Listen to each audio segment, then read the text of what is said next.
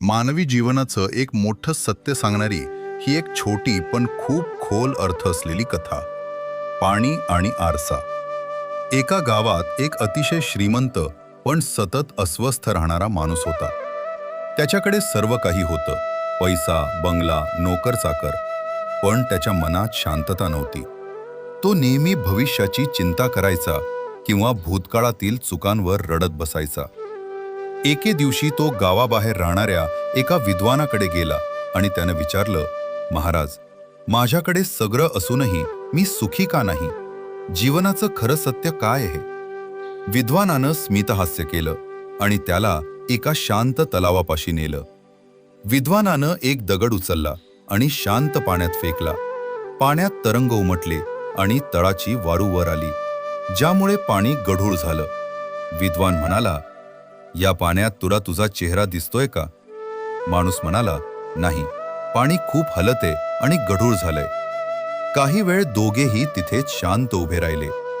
हळूहळू पाणी शांत झालं, कचरा खाली बसला आणि पाणी पुन्हा आरशासारखं स्वच्छ झालं.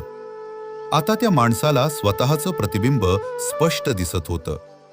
विद्वान म्हणाला, हेच जीवनाचं पहिलं सत्य आहे. जेव्हा तुझं मन विचारांनी आणि चिंतेनं गढूळ असतं, तेव्हा तुला जीवनाचा खरा मार्ग कधीच दिसत नाही. शांत राहिल्याशिवाय सत्याचा शोध लागत नाही. या कथेवरून आपल्याला मानवी जीवनाची 3 सत्ये समजतात. वर्तमान हाच एकमेव क्षण आहे. आपण गढूळ पाण्यासारखे भविष्यात किंवा भूतकाळात गुंतलेले असतो, पण जीवन फक्त आता या क्षणात असतं. माणसाकडे जगण्यासाठी पुरतं सर्व काही असतं, पण दुसऱ्याच्या आरशात पाहून स्वतःची तुलना केल्यामुळे तो दुःखी होतो. बदल हाच नियम आहे. तलावात पडलेल्या दगडासारखे संकटाचे क्षण येतीलच, पण ते कायम राहत नाहीत. काळानुसार पाणी, आयुष्य पुन्हा शांत होतं.